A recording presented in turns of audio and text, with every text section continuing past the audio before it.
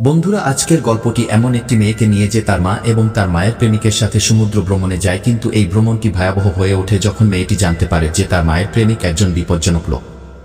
সে মেয়েদের পাচার করে। এরপর কি ঘটে আমরা আজকের গল্পে দেখব। গল্পটি শুরু হয় রোজ নামের একটি মেয়েকে দেখানোর মাধ্যমে, যার মুখে এবং শরীরে আঘাতের দাগ রয়েছে এবং তাকে দেখে মনে হচ্ছিল যেন সে কোনো বিশেষ ঘটনার মধ্যে দিয়ে গেছে এবং সে এখনো হতবাক। এরপরে গল্পটি ফ্ল্যাশব্যাকে চলে যায়, যেখানে আমরা দেখতে পাই রোজের মা আলমা কাজ থেকে ফিরে আসছেন। তারপর রোজ পিছন থেকে এসে তার মাকে জন্মদিনের শুভেচ্ছা জানায়, যেটা পরের দিন ছিল।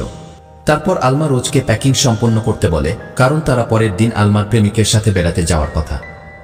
রোজ যেতে চাইছিল না, তবু সে তার মায়ের কথায় যাওয়ার জন্য প্রস্তুত হয়।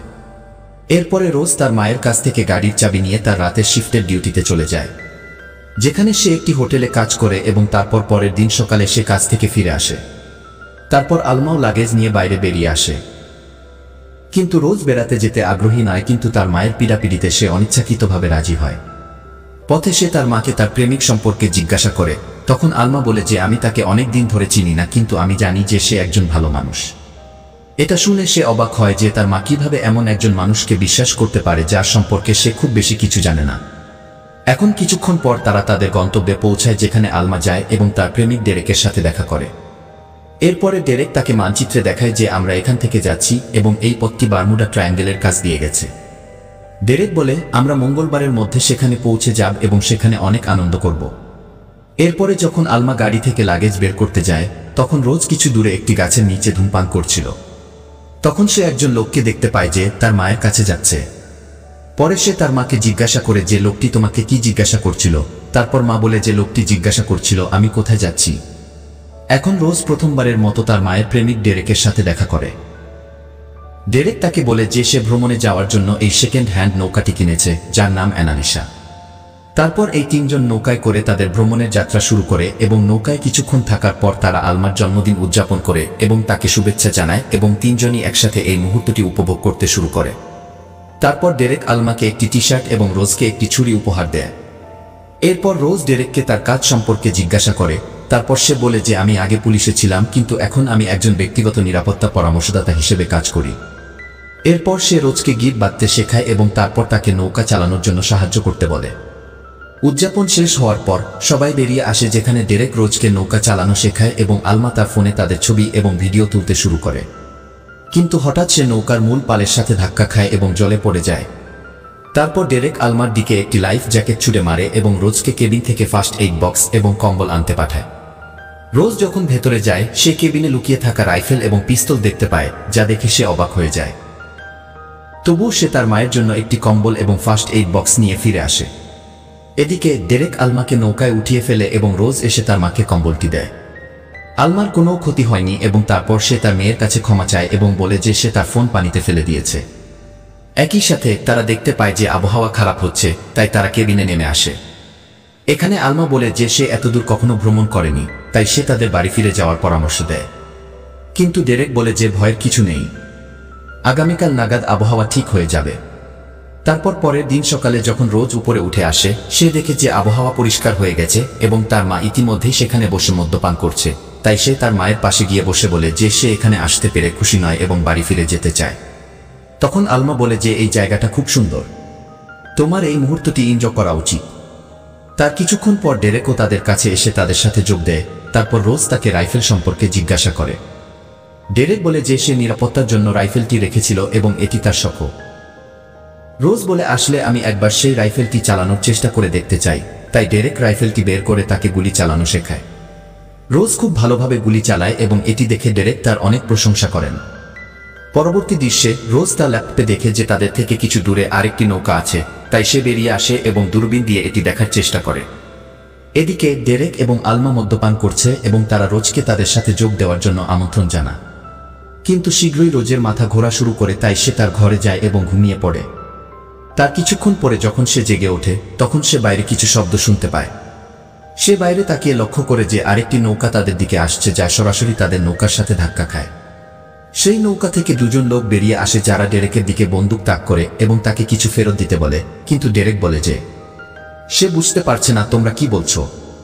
আলমাও চিৎকার করে তাদের ছেড়ে দিতে বলে, কিন্তু একজন লোক আলমাকে মারধর করে এবং আহত করে। এখানে আমরা লক্ষ্য করি যে এই সেই লোক যাকে আমরা আগে আলমার সাথে কথা বলতে দেখেছিলাম এবং এখানে তার সঙ্গীরা তাকে ক্যাপ্টেন বলে সম্বোধন করে। এইসব দেখে রোজ খুব ভয় পেয়ে যায়। একই সাথে আলমা যখন রোজকে দেখে সে তাকে লুকিয়ে থাকতে বলে। একই সাথে ডেরেক বারবার বলে যে আমার কোনো ধারণা নেই, তোমরা কি বলছো? তারপর ক্যাপ্টেন আলমা এবং ডেরেককে গুলি করে, কিন্তু ডেরেকের কাঁধে গুলি লাগে যার ফলে সে পানিতে পড়ে যায়। তারপর ক্যাপ্টেন এবং তার লোক কেবিনে আসে। তারা যে জিনিসটি খুঁজতে এসেছিল তা তারা খুঁজে পায়, কিন্তু তারা রোজকে দেখতে পায় না। কিন্তু যাওয়ার সময় তারা নৌকায় আগুন ধরিয়ে দেয়। তারপর তারা চলে যাওয়ার পর সে বেরিয়ে আসে এবং দেখে যে নৌকায় আগুন লেগেছে। সে অগ্নিনির্বাপক যন্ত্র দিয়ে আগুন নেভাতে শুরু করে এবং তারপর সে তার মায়ের মৃতদেহ দেখে এবং এটি দেখে সে হতবাক হয়ে যায়। পরের দিন সকালে সে একা এবং সে জানে না কি করবে। জ্বলে যাওয়ার কারণে নৌকাটিও অনেক ক্ষতিগ্রস্ত হয়েছিল এবং ইঞ্জিনটিও ক্ষতিগ্রস্ত হয়েছিল। সে এটি মেরামত করার চেষ্টা করে, কিন্তু কোনো লাভ হয়নি। তারপর সে তার মায়ের দেহটি একটি কাপড় দিয়ে ঢেকে রাখে যাতে সে বাড়ি ফিরে তাকে সঠিকভাবে কবর দিতে পারে, এবং এখানে সে তার মায়ের জন্য অনেক কান্নাকাটি করে। এরপরে সে সাহায্যের জন্য ডাকতে চেষ্টা করে, কিন্তু নৌকার সবকিছু পুড়ে যায়। তারপর সে কিছু শব্দ শুনতে পায় এবং বাইরে এসে দেখে যে ডেরেক এখনো পানিতে আছে, যে দড়ি দিয়ে বাঁধা ছিল, এবং সে এখনো জীবিত। এরপরে সে তাকে টেনে তুলে পানি পান করায়। তারপর রোজ তাকে একটি যন্ত্র দেখায় এবং জিজ্ঞাসা করে যে এটা কি। ডেরেক তাকে মিথ্যা বলে যে এটা অতিরিক্ত জিনিস যা অকেজো। আসলে এই যন্ত্রটি দিয়ে স্যাটেলাইটে জরুরি সংকেত পাঠাতে পারত, কিন্তু ডেরেক বলে যে তোমার এটি রেখে নৌকায় একটি পাল লাগানো উচিত যা নৌকাটিকে সামনের দিকে এগিয়ে নিয়ে যাবে। তাই রোজ একটি পাল নিয়ে উপরে বাঁধার চেষ্টা করে এবং বারবার চেষ্টা করার পর সে সফল হয়।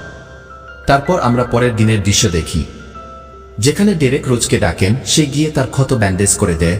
তারপর ডেরেক বলে যে তোমাকে যে কোনো উপায়ে নৌকাটি চালু করতে হবে। এই বলে সে অজ্ঞান হয়ে যায়। এরপরে রোজ গিয়ে নৌকাটি চালু করার চেষ্টা করে, কিন্তু এটি কাজ করে না। তাই সে ক্লান্ত হয়ে বসে পড়ে। ইতিমধ্যে সে কেবিনে ডেরেকের কিছু ছবি দেখতে পায়, যেখানে ডেরেক ও নৌকায় আক্রমণকারী দুই ব্যক্তির সাথে ছিলেন। এটি দেখে সে বুঝতে পারে যে ডেরেক এতক্ষণ তাদের সাথে মিথ্যা কথা বলেছে। এরপরে সে বাইরে গিয়ে ডেরেকের অজ্ঞান অবস্থায় নৌকার সাথে হাত বেঁধে দেয় এবং তারপর ডেরেকের নিরাপত্তা ছুরিটিও নিয়ে যায়। কিন্তু কিছুক্ষণ পরে ডেরেক তার জায়গা থেকে নিখোঁজ ছিল। তাই রোজ তাকে খুঁজতে শুরু করে এবং কিছুক্ষণ খোঁজাখুঁজির পর ডেরেককে নিচে পাওয়া যায়। রোজের হাতে একটি ছুরি ছিল।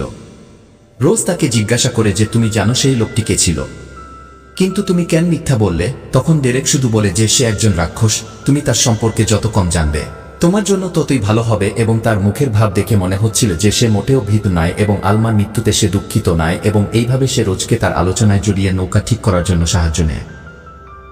এখন রোজের কাছে তার সাথে একমত হওয়া ছাড়া আর কোনো উপায় ছিল না। তাই তারা দুজনেই একসাথে ইঞ্জিন ঠিক করার চেষ্টা করে, কিন্তু এটি সম্পূর্ণরূপে অকেজো হয়ে পড়েছিল। এখন তাদের কাছে কেবল সমুদ্রের বাতাসের সাহায্য ছিল, এবং এইভাবে তারা 2 দিন ধরে সেই ছোট পালের সাহায্যে এগিয়ে যেতে শুরু করে। তারপর তৃতীয় দিন যখন রোজ সকালে বেরিয়ে আসে, সে দেখতে পায় যে একটু দূরে একটি দ্বীপ আছে এবং ডেরেক এখনও সেখানে একটি কোণে ঘুমাচ্ছে। তাই ডেরেককে জিজ্ঞাসা না করেই সে নৌকাটি দ্বীপের দিকে ঘুরিয়ে দেয়। কিন্তু নৌকাটি কেবল একটি পালের সাহায্যে তীরে যেতে পারেনি। তাই তারা তীরে পৌঁছানোর জন্য একটি ভেলার সাহায্য নেয়। ডেরেকও দ্বীপে যাওয়ার জন্য প্রস্তুত ছিল, কিন্তু সে কেবল এক হাত দিয়ে সাঁতার কাটতে পারছিল না। তাই রোজ সাঁতার কাটতে শুরু করলো এবং দুজনেই দ্বীপের দিকে এগোতে লাগল। কিন্তু হঠাৎ রোজের হাত থেকে সাঁতার কাটার একটা অংশ আলগা হয়ে গেল এবং রোজ সেটা তুলতে গিয়ে জলে পড়ে যায় এবং সে সাঁতার কাটতে জানত না। তাই সে ডুবে যেতে শুরু করলো। তারপর ডেরেক নিজেই জলে নেমে কোনোভাবে তাকে তীরে টেনে আনে, কিন্তু সে শ্বাস নিচ্ছিল না। তাই ডেরেক সিপিআর দিয়ে তাকে জ্ঞানে ফিরিয়ে আনে। এখন জ্ঞান ফিরে পাওয়ার পর রোজ ডেরেকের খোঁজে কাছের একটি গুহার ভেতরে যায়। যেখানে ডেরেক পানীয় জল পেয়েছিল সেখানে তিনি রোজকে জলও পান করতে বলে। এই দ্বীপটি নির্জন, তাই রোজ বলে যে আমাদের কোনোভাবে ফিরে আসতে হবে। যার উপর ডেরেক বলেন যে হ্যাঁ, আমরা অবশ্যই যাব, কিন্তু এখন খুব শীঘ্রই অন্ধকার হতে চলেছে, তাই আমাদের আজ রাত এখানেই কাটাতে হবে। এরপর দুজনে মিলে ভেলাটিকে তীরে নিয়ে আসে এবং অন্ধকার হয়ে যাওয়ার পর রোজ নিজেই ভেলায় ঘুমিয়ে পড়ে এবং ডেরেক বাইরে আগুন জ্বালায়। কিন্তু রোজ ঘুমাতে পারে না, তাই সে ডেরেকের সাথে বসে থাকে। তারপর দুজনেই কথা বলতে শুরু করে। তারপর রোজ বলে যে তার বাবা একজন সৈনিক ছিলেন যিনি কর্তব্যরত অবস্থায় ইরাকে শহীদ হয়েছিলেন। তারপর ডেরেক তার গল্প বলেন এবং এখানেই তার আসল সত্য বেরিয়ে আসে। তিনি বলেন যে আমি একজন ভালো এবং সৎ পুলিশ অফিসার ছিলাম, কিন্তু 100 বছর সততার সাথে দায়িত্ব পালন করার পর আমি এমন কিছু অর্জন করতে পারিনি যার কারণে আমার স্ত্রীও আমাকে ছেড়ে চলে গিয়েছিল, কারণ সে আমাকে একজন হেরে যাওয়া মানুষ মনে করত। এরপর থেকে আমি অসৎ পথে চলতে শুরু করি এবং খারাপ লোকদের সাথে হাত মিলিয়ে প্রচুর সম্পদ অর্জন করি। ক্যাপ্টেন ছিলেন আমার সাথে কাজ করা লোকদের মধ্যে একজন এবং যারা তোমার মাকে হত্যা করেছিল তাদের কেউই ক্যাপ্টেন ছিলেন না, বরং তারা ক্যাপ্টেনের লোক ছিলেন। আসলে ক্যাপ্টেন একজন খুব বিপজ্জনক এবং চালাক লোক যে তোমার মতো সুন্দরী মেয়েদের পাচার করে। আমি অপরাধ জগতে তার থেকেও এগিয়ে যাওয়ার চেষ্টা করেছিলাম এবং আমি তার একটি মূল্যবান জিনিস চুরি করে আমার কাছে রেখেছিলাম। সেই রাতে তার লোকেরা এটি নিতে এসেছিল এবং এর কারণে তোমার মাকেও হত্যা করা হয়েছিল। আমি জানি তোমার মা খুব ভালো ছিলেন, কিন্তু আমি তাকে মাত্র কয়েক মাস ধরে চিনি, কিন্তু ভেবেছিলাম যে আমরা ভ্রমণে ভালো সময় কাটাবো। তারপর সে বলে, তুমি আমার হাতে যে গীত বেঁধেছিলে তাতে তুমি ভুল করেছ। এই বলে সে রোজের হাত বেঁধে দেয় তাকে গীত বাঁধতে শেখানোর অজুহাতে, কিন্তু রোজ এখন পর্যন্ত বুঝতে পারেনি। তারপর সে বিষয়টি একপাশে রাখে। ব্যাগে সেই যন্ত্রটি দেখে সে জিজ্ঞেস করে, তুমি বলেছিলে যে এটা খারাপ, তাহলে তুমি এটা কেন তোমার কাছে রেখেছ?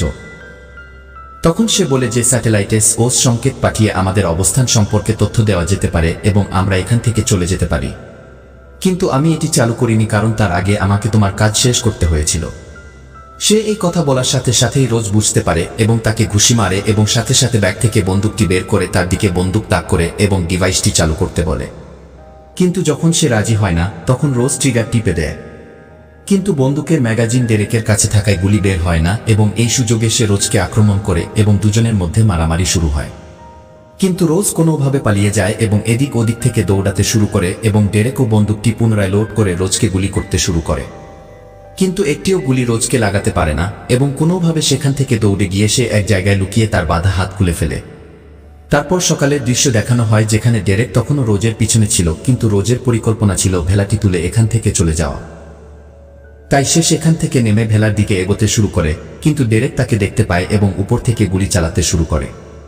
কিন্তু তবুও সে কোনোভাবে সাহস সঞ্চয় করে আবার দৌড়াতে শুরু করে এবং এরই মধ্যে ডেরেকও উপর থেকে পড়ে যায় এবং সে পড়ার সাথে সাথে রোজও থেমে যায় এবং তারপর সে তার কাছে গিয়ে পরীক্ষা করে যে ডেরেকটি মারা গেছে কিনা, কিন্তু সে পরে গিয়ে আহত হয়। তার কাছে আসার সাথে সাথেই সে জ্ঞান ফিরে পায় এবং রোজকে ছুরি দিয়ে আক্রমণ করতে শুরু করে এবং বলে যে আমাকে নৌকায় নিয়ে যাও কারণ সেই যন্ত্রটি আমার কাছে আছে এবং আমি ছাড়া তুমি এটি সক্রিয় করতে পারবে না। ইতিমধ্যে তার একটি ছুরির আঘাত রোজের পেটে লাগে। তারপরে রোজ একটি পাথর তুলে তার মাথায় আঘাত করে এবং তার ব্যাগ থেকে ডিভাইসটি কেড়ে নেয়, কিন্তু সে ডিভাইসটি চালু করতে পারে না। যার উপর ডেরেক বলে যে তুমি এটি চালু করতে পারবে না, আমাকে নৌকায় নিয়ে যাও, তারপর আমি তোমাকে সাহায্য করব।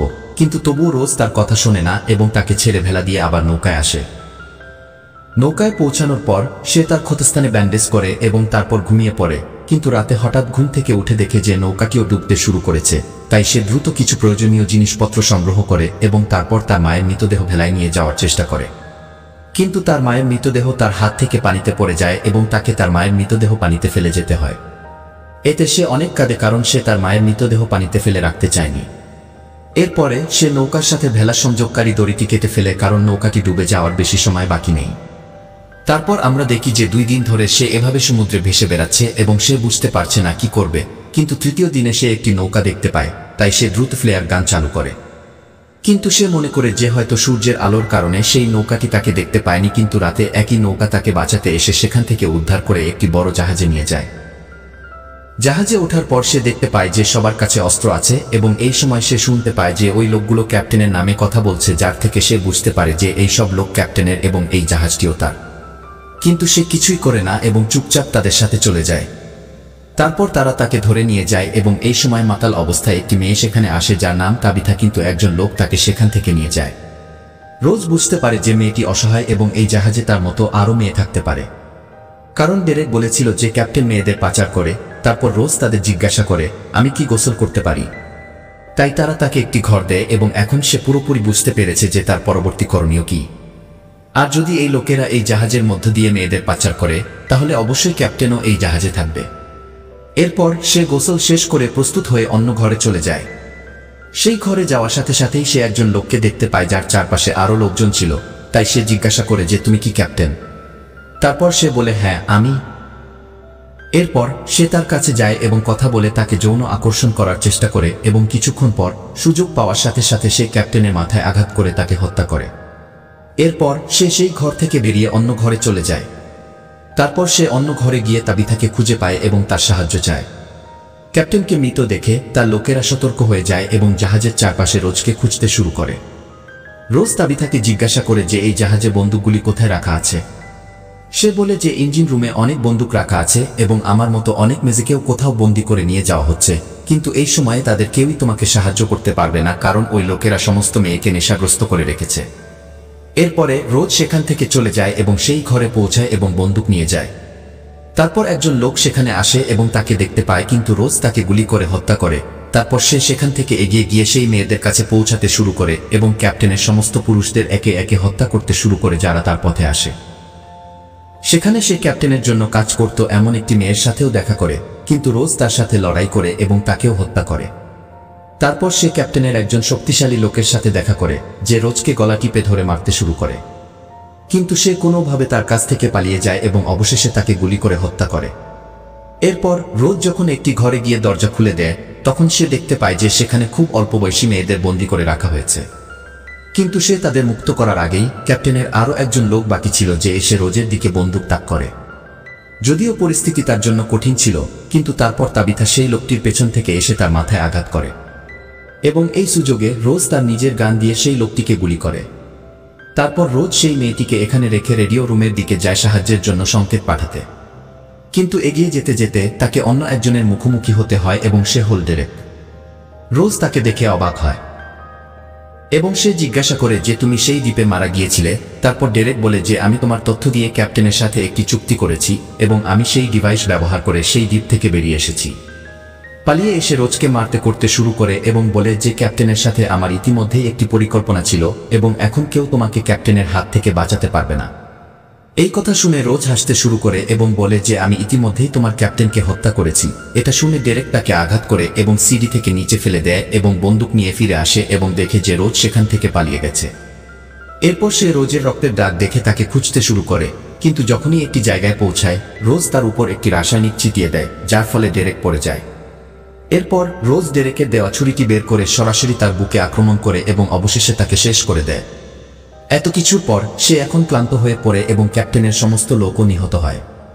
তারপর তাবিথা তার কাছে আসে এবং বলে আমার সাথে এসো, আমাকে তোমাকে কিছু দেখাতে হবে।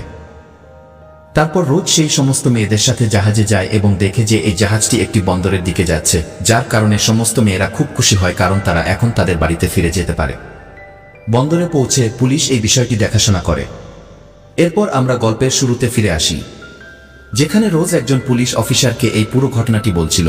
তখন সেই পুলিশ সদস্য রোজের প্রশংসা করে এবং বলে যে সমস্ত মেয়েদের তাদের বাড়িতে পাঠানো হয়েছে এবং এখন তোমাকেও বাড়ি ফেরত পাঠানো হবে। কিন্তু রোজ খুব ভারাক্রান্ত মনে বলে যে আমি ফিরে যেতে চাই না, কারণ এখন সেখানে আমার জন্য কিছুই অবশিষ্ট নেই। কিন্তু পুলিশ সদস্যটি এই বলে চলে যায় যে তোমার নিজের ভবিষ্যৎ আছে যা তুমি যুদ্ধ করে অর্জন করেছ। এই কথা শুনে রোজও তার জীবনের নতুন শুরু করার সাহস সঞ্চয় করে এবং এর সাথে গল্পটি এখানেই শেষ হয়। তো বন্ধুরা, আশা করি তোমাদের এই গল্পটি ভালো লাগবে। আবারও দেখা হবে আরেকটি মজার গল্প নিয়ে।